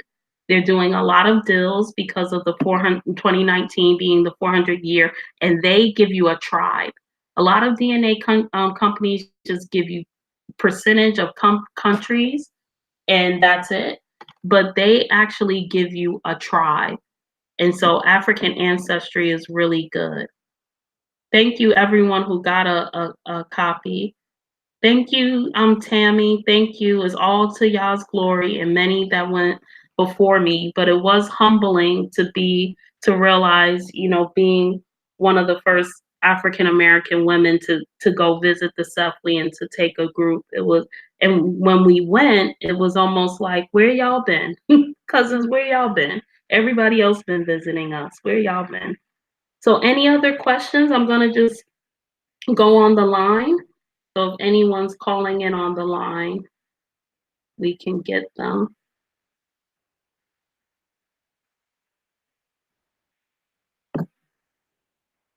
Welcome.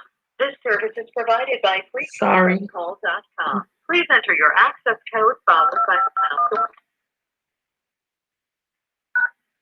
pound. Okay, so anyone else have any questions or any? If you are the host, press star now. Sorry. Otherwise, please wait and you will be joined into the conference. Sorry about that. Okay. Akoti, can you share the info on the VA Assembly? Also, can you share links or info on the halakas of these groups in West Africa that you met? So it's not an assembly in VA. It's actually, it's not an assembly in VA. It's just, it's Igbo Village, which was a village that, ex-slaves built, and they have a festival every July. So, but it's not an assembly. I have to look over the flyer and get more info. And if I'm able, then I'll post it on the Prophetic Whirlwind Facebook page and Instagram page. As far as the halakas, they don't really call it halakha. Many of them are just practicing Torah-based practices from Leviticus. And many of them don't even know that it's from Leviticus or Torah. They're doing what their families told them to do. Some follow Sephardic prayer books, and if you follow Banya Israel from Hidden Hebrews, who's doing great work, then you know who the real Sephardics are. But many times they're just following Torah. If they're following a particular halakha, is usually because they've had interaction with European Jews. Now, there are African American rabbis who are collecting all the traditions of West African Jews to make a West African Siddur. And a Siddur is like a Hebrew prayer book, but that's a multi-year project that should be coming to an end. So Have I had any interactions with the Mosi tribe? No, I haven't. I haven't been to East Africa yet, but I hope to be going there soon. So Titsra, I've spent time with the Igbo, Ewe people, but I haven't been like to a tribal community with the Ewe. It's just every time I travel foreign, even to Israel, there's Ewe people there that help guide me. It's like really crazy, actually. When I went to Israel, I was like adopted by an Ewe elder. I spent time with the Ashanti. I've been to the Gadami Homowo here, but the main tribes have been Igbo and Ashanti. I do have a Yoruba mother whose husband has a congregation in Nigeria in a Hebrew school, and so I'm hoping to visit them. Um, I'm hoping to visit the Yoruba Hebrews when I go. Excellent question. So you mentioned the Kojic Church and its connection. Can you elaborate? So family, once you get past the African spotlight, I talk about the hidden Hebrew history of African Americans. Because like many of us don't know, Marvin Gaye grew up Hebrew Pentecostal. Um, Many of us don't know that the woman who sings, many of you don't know the woman who wrote and sung the Black national anthem, Lift Every Voice and Sing. In her biography, she said that her grandfather was a Jew, a Black Jew who kept Passover and Torah. And when you listen to Lift Every Voice and Sing, it's really prophetic in what it's talking about. So I wanted to make sure to get some of the history of the Hebrews in America.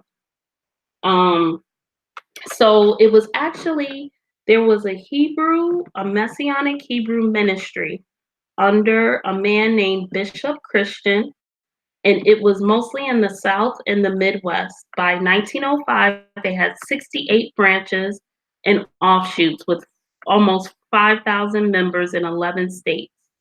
Then by 1916, this ministry had about 192 congregations. One of the most famous disciples of Bishop Christian, who was a Messianic Hebrew minister who preached that the Hebrews were Black, Jesus was Black, the Bible was Black, and who kept Torah, was the most famous of this man's congregation members was Bishop Charles H. Mason, who spent 5 years in this Messianic Hebrew ministry before starting Kojic, Church of God in Christ, which is why if you look at old school Kojic women, they dress like Hebrew women dress. They call their gatherings holy convocations. And if one or two people have said that Bishop Mason taught identity, I don't know. But that is on page 203 of the book. And it's cited. This is not something I made up. It's cited from a scholarly book. And the citation is Chosen People by Jacob S. Dorman, who's actually a white Jewish man. So that's the connection. Hold on a minute, LaDonna. Do they speak Hebrew? Some of them speak Hebrew, but this is the thing. Biblical and modern Hebrew is not the same as Paleo Hebrew. So a lot of them now, their languages are like many of the African Hebrew tribes, they have words that are identical to words you find in Hebrew. And I break some of that down in my book. So the language has changed, but there are many just straight up identical Hebrew words. I Yah willing, I will return with a small invite only group that has to be prepared to do some ministry. And so if people are interested, they can email, but it's going to, because of some ministry things that have to be handled over there, it is going to be a lot of discernment and to be on that group. And then we'll build and take more groups from there. Um, My family is from Alabama, as far as I can search so far now. Is it any way I can find out more about my family lineage to Africa? So I would say, going through African ancestry, talking to your elders. My family had that association where Alstons get together. and they tested the oldest patriarch, but also there's a family member who's not even religious. He's deep into the Black conscious stuff, who's a filmmaker who actually studied that we did migrate, like from North Africa, and we were, you know, a particular types of leaders. I don't want to share all of that, but um, you know, so you have to actually talk. A lot of times we don't talk to our elders, or when family reunions happen, we may not see the importance of always going. I've been guilty of that in my younger years. You know, you're running around everywhere. But you know, you have to spend time talking with your elders. And then with our family, with the Alstons, there's a documentary and a book about our family history from a descendant of the whites who owned us. But the family member who's the Black conscious like filmmaker, he's making a film, so we have a documentary from our perspective. Um, and so I would say talk to your elders, take the African ancestry DNA test. And then, yes, Titsra, the person I was talking about was Marian Anderson, who Eleanor Roosevelt helped to sing, you know, at a very famous place. Her grandfather was a Hebrew.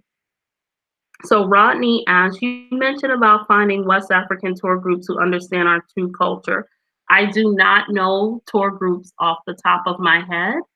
You know, you have to, one thing I did before I stepped foot on the continent is I built relationships with African Hebrews online, and even you know, finding out even what white Jewish organizations are working with them, and studying what they were collecting on their website. And when they would highlight a leader, I would go right on Facebook and friend the leader. And now some of those leaders are like front family to me. But you know, building the relationships on the ground, I didn't have to ask for an invitation. And so I can't really say any tour groups that are taking people to visit awakened Hebrew communities. You really have to build the relationship. And then, you know, when you're going, you can ask to go to the assembly. And I'm praying and discerning about, you know, taking groups. Um, And oh, so Tammy is sharing that Bishop Charles Mason's sermon served as a catalyst for people gathering and going back to Israel and founding Demona. That matches because I heard Kojic at one time was going possibly some leaders were going to build a prayer center in Demona for African American Christians to go to. These are the things you don't find out about because a lot of famous Black politicians and even celebrities go to Demona. Yes, there are a lot of messianic family on the continent that have an understanding of Yeshua from oral history. The Maru of Kenya, in their oral history, they actually have stories from the Old and New Testament. So yes, the Maru into them. Okay. LaDonna, I'm gonna call you now if you want to ask a question. Is anyone waiting on the conference line? If you're waiting on the conference line, just put a 1 in the chat. Okay. I'm gonna call you LaDonna, so hope you're ready. I don't know which, hope I'm calling the right number.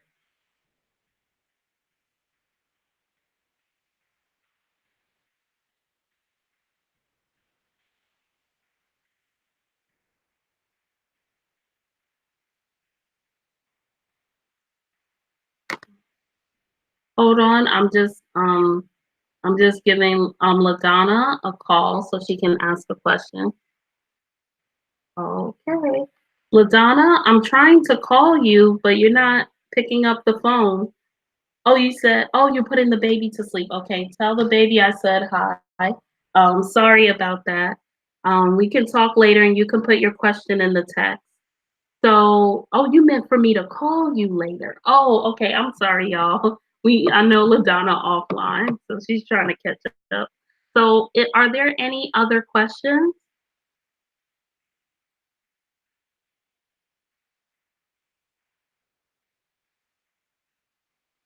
So, family, I thank you so much for being with me, listening to the stories, asking your questions. If anyone wants to get the book, the link to get the hard copy is in the description box of this live, and the link to get the Kindle is in the description box. And if you've gotten the hard copy book or the Kindle, I ask you humbly to just take a moment and leave a review. It really, really helps on Amazon. We know that those who are against the awakening are going to start leaving reviews just to be spiteful, even without reading one sentence. So if you've read the book, I would really love, even if you didn't get it on Amazon, to just leave a review. I would thank you. I would really appreciate you so much. Thank you, Blessed Truth. Appreciate you. So there is no official tour that I'm leading yet, Miss Marie. I'm in a discernment process, and this would be more not a tour, but a ministry kind of mission. So it's going to be restricted to some people the first time, and then if y'all leads me, I'll take more the next time, just because there's some ministry things that have to be addressed. And so just want to make sure that it's a small, tight knit group.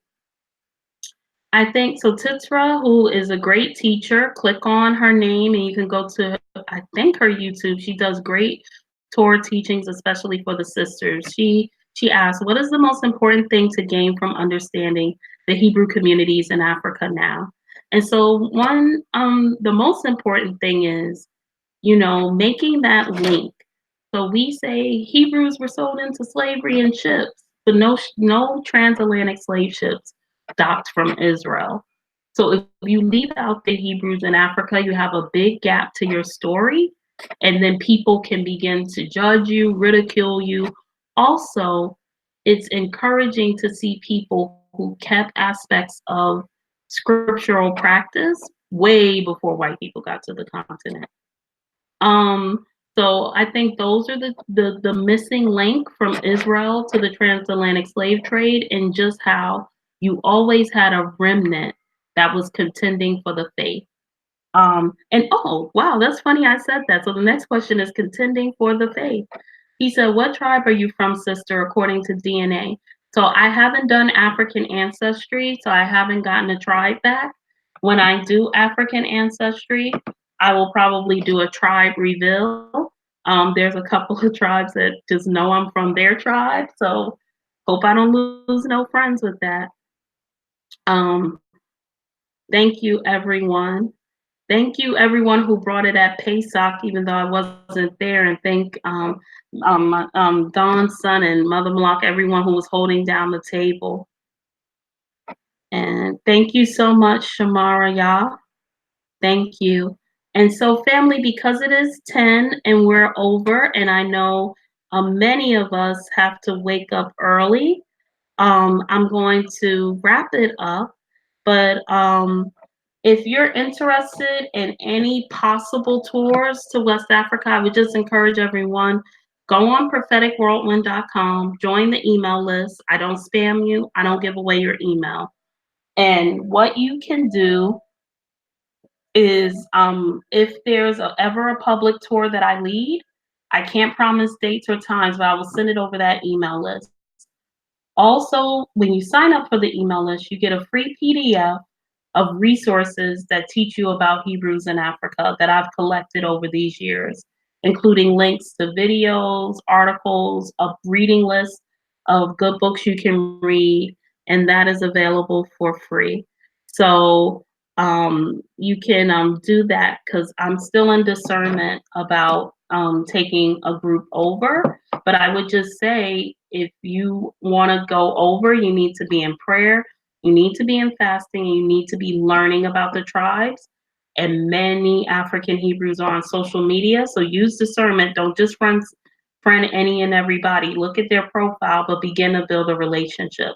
Because many people think they want to go, but without proper research, you may not want to go like that. And sorry about that, family.